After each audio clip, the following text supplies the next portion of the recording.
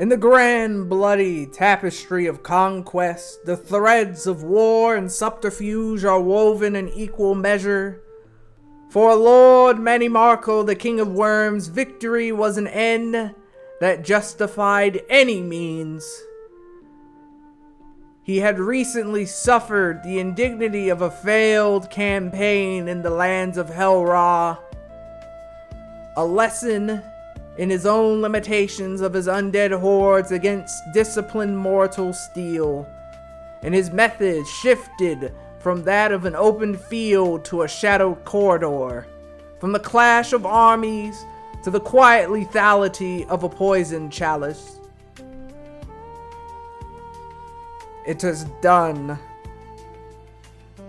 A single well-placed drink, and the entire front of opposition collapses. It's remarkably calming to know that a simple act can be so effective at reducing one's tension. The assassination of his rival of the House Jahanneth, who had long vexed him, was a complete success, and the immediate political fallout was precisely as he had anticipated, and her domain no longer held the authority. It fractured and split in half, and it left Hel-Ra open for an assault. The war for Hel-Ra was crude, a bludgeon. Thousands of skeletal troops shattered against the wall of superior soldiers, and my campaign was undone by but a few hundred well-trained horsemen, and that costed me dearly, and it suffered the humiliation of retreat. But why batter down the fortress walls when one can simply poison the well within? And why waste legions when a single compromised spy master can deliver an entire kingdom? And now my strength does not lie only in the arms of my thralls, but here, in the intricate web of schemes and conspiracy. I have weakened the entire region, and all it cost was a vial of poison and 50 gold pieces. Hel-Ra will be mine.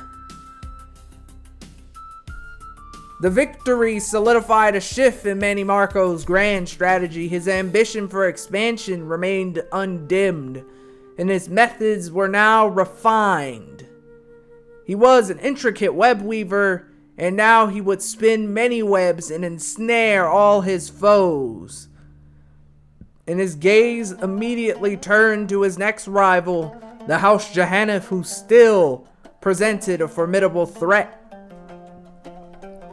The land has broken down, but new alliances can be forged in the chaos. This other thorn in my side, the House Jahanneth, their alliances give them strength. I cannot target her directly at this time, so we must identify those in her court, those closest to her. Perhaps her spy master. Let us entangle him first, because a hook on him will be more valuable to me than a blade in her back for now. It will be done, Lord Mannimarco. And while the agents began the subtle work of infiltrating the new court, Mannimarco's domain, of course, turned to more practical needs. He had begun his necromantic experiments, learning the benefits of creating and tampering with the undead. He would eventually raise his own thrall in the beginnings of enhancing and preparing for his own crossover into lichdom. I can remove any rival, I can break any alliance, but this body, it ages, it wounds, and it fails. I have faced death on the battlefield. I have orchestrated death. It is the ultimate tool, the ultimate limitation. And to truly become the master of death, I must remove myself from its grasp entirely. And the thought, of course, a grandiose ambition, now took root as a firm imperative. And the path to true unassailable power was not merely in the ruling of the world, but in outlasting it.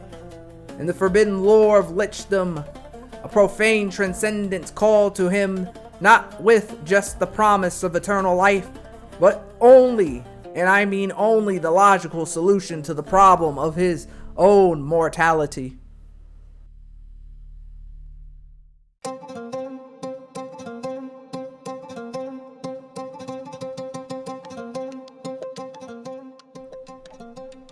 Of course, a victory in the shadows is one thing, but projecting power in the harsh light of day is another entirely. And though Mannimarco had weakened one flank of his enemies, the daily business of ruling and expanding was a far more frustrating affair. His own ambitions drove him to seize more territory, targeting a vulnerable temple holding in a seemingly straightforward war of expansion to the south. But the path of the warlord, he would soon be reminded, is fraught with petty, unforeseen obstacles. "My lord!" A servant comes running into his hall. "A wild wolf has found its way into the steward's quarters. It has her cornered." "Is this why she can't attend the meeting? A wild beast? Must I be troubled by such trivialities? I will deal with this myself." And of course, like Mannimarco, in an act of pure hubris, he chose to confront the beast personally. And he strode over to the steward's quarters, and with a display of force, dispatched the wolf. He was successful, but not unscathed. And the beast, in his final moments, inflicted a deep gashing wound upon him.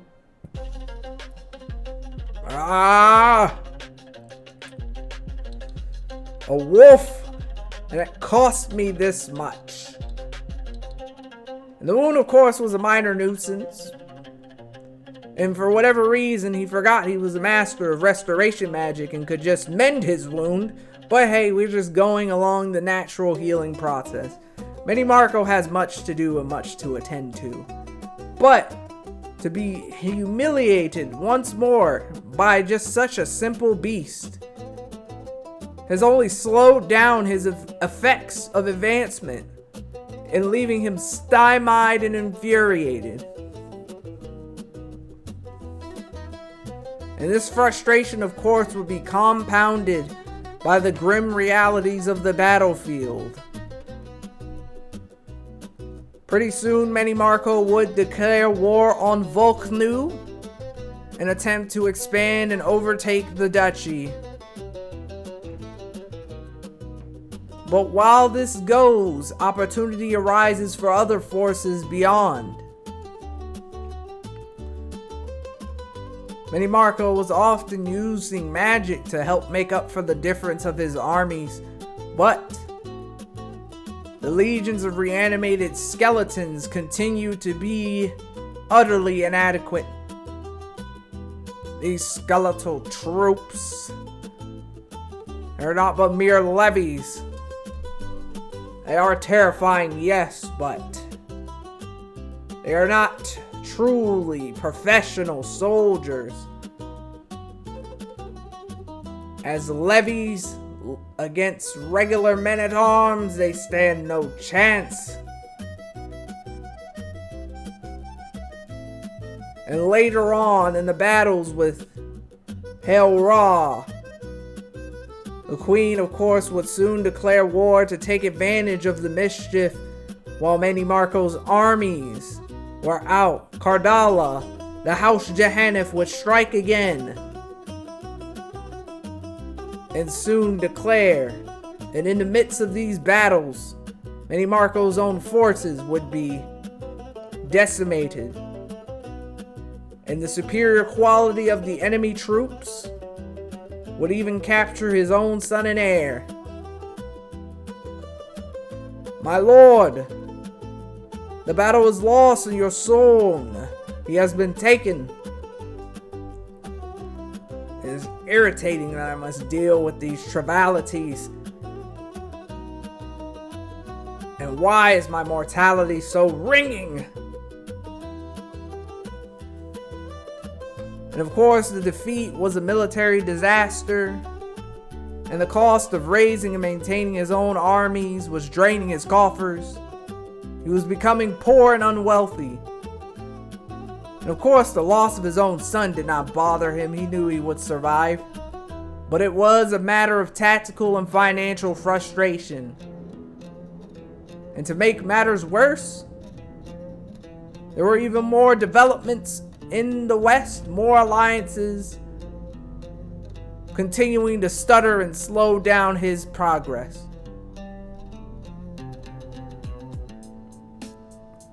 And of course, House Johanneth would declare war on me.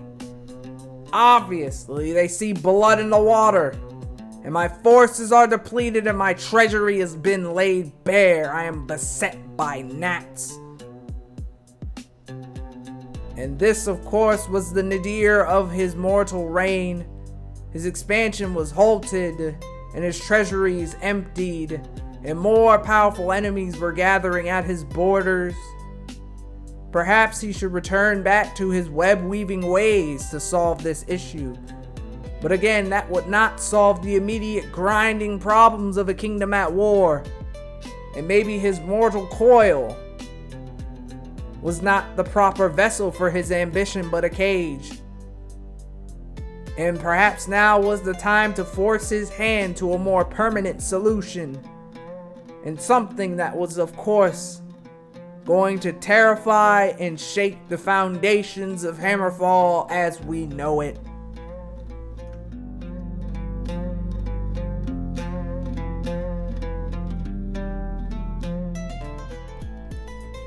The King of Worms stood at the precipice, not of a cliff's edge, but his own mortal limitations.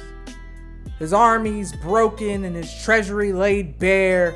His son was captive in enemy hands. And his own body was susceptible to injury in the inevitable march of time.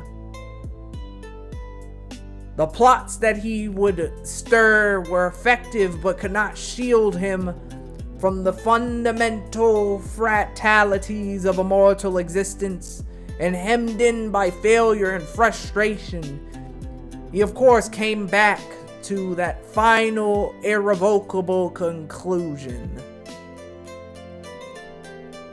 I cannot afford the ransom, and my body ages, my plans undone by the fleeting lives of others. I guess it is time to give this ritual another shot. It was not a decision made in triumph, but one of absolute necessity. And he must continue his ascent. He first needed to shed the anchor of his own mortality.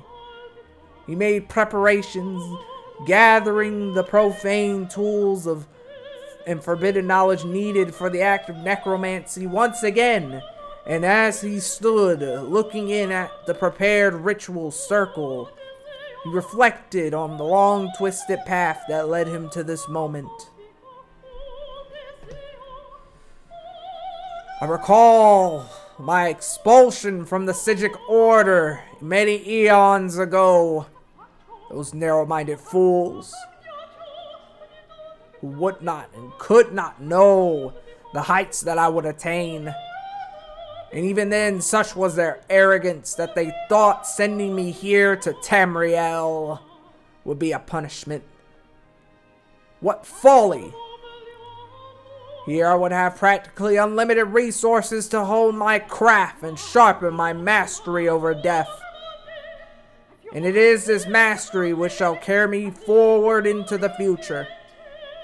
For today I will take the next step towards my final ascension to godhood, lichdom. I will wield a power beyond Vanis Galerian's so-called Mages Guild and beyond my former masters of the Sigic Order.